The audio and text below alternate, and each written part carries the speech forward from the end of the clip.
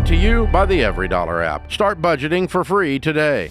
We just have a quick question. My husband and I are wondering if we are being selfish with a family financial decision that we're making. And I'm going to preface this by saying that we are in total agreement on this, and he would be the one to have the conversation with his family. So the overall situation is that he has many siblings, and we try to get together and go on vacations or just have family gatherings fairly often. However, his youngest sister does have a very different financial situation than the rest of us have. So we've covered her expenses anytime we get together, and particularly going on vacation. Usually not a big deal. It's just a few hundred extra bucks.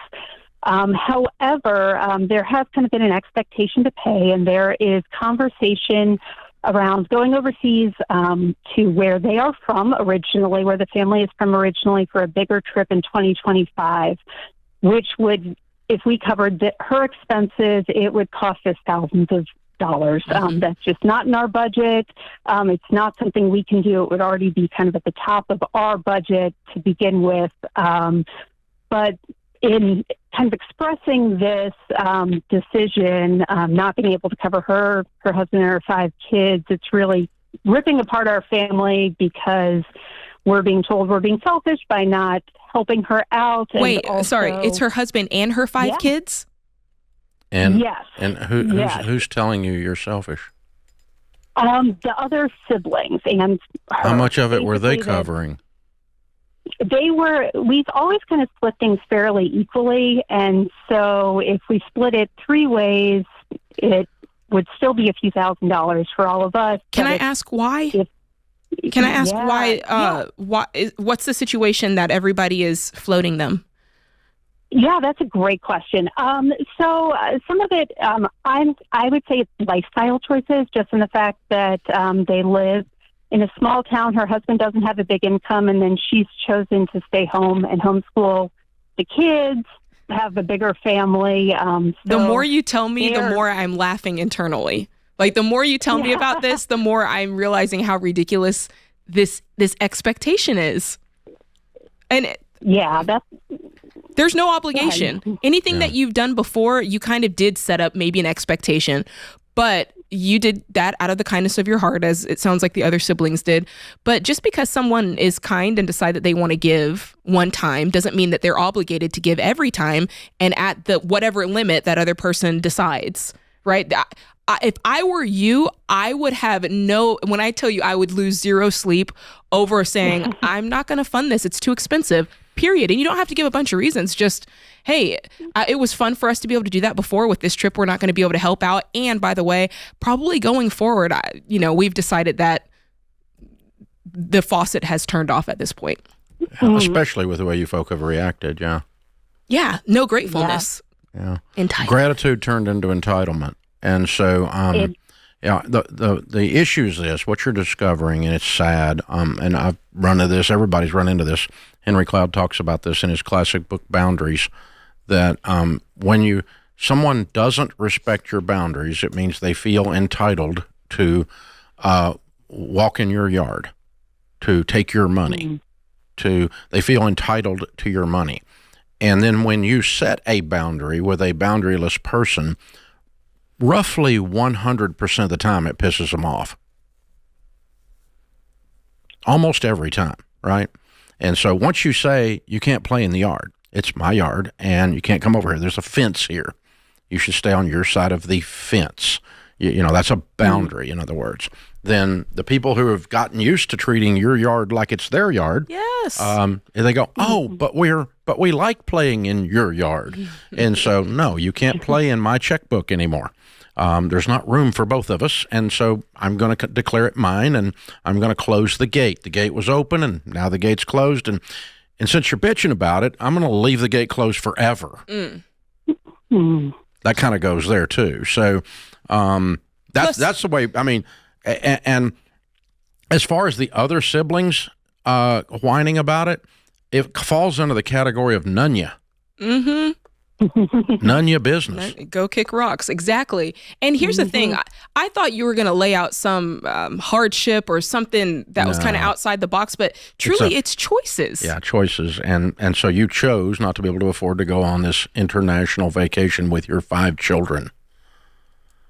Which, by the way, most people, I never even saw the ocean until I was a teenager. So, I mean, I grew up in Tennessee. So, I mean, come on. I mean, it's like that's what people that don't have money do, So it's you don't get to do stuff that people with money get to do. It's how that works. And so, gosh, I'm sorry though. I'm sorry it's bringing a pain to y'all. And I wish I had something other than smart aleck things to say that would actually make this go away.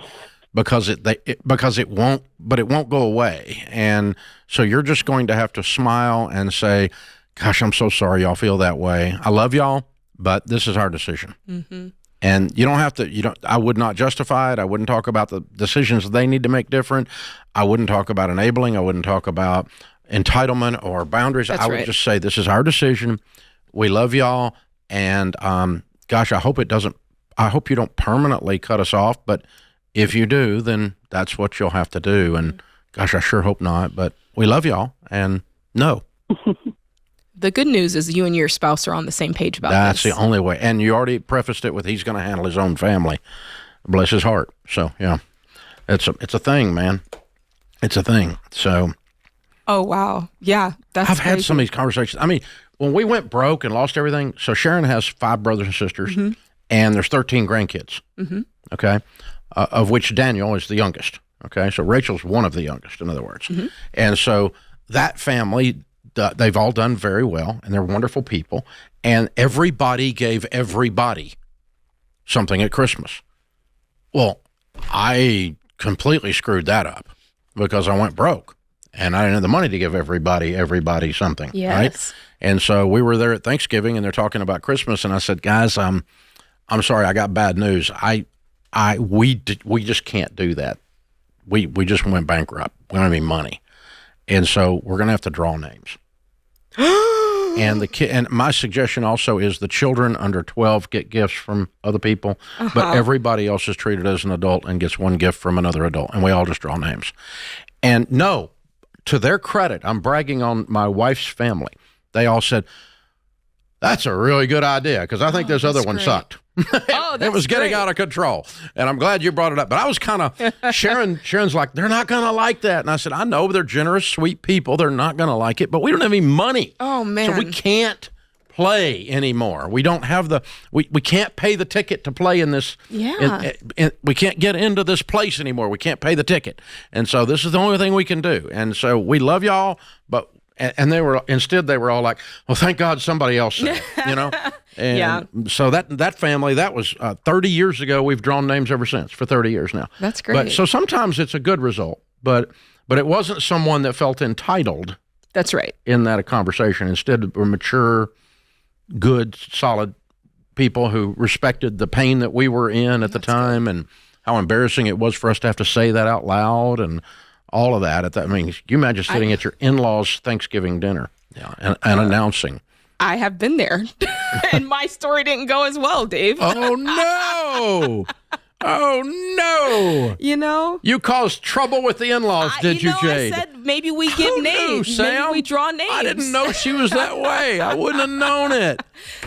All right, There you go. Well, here's the thing. We're still drawing names to this day. So, even though there was some kicking and screaming to begin with, but it's okay. It's a good thing. Good now. It's a good thing. Well, you know how I feel. Adults don't need to buy other adults gifts. I heard Rachel and George talking about you the other day on their show, saying that. I like that. So there we go. Get your own blender. Learn to get your own blender, Aunt Gertie. Create your free every dollar budget today. The simplest way to budget for your life.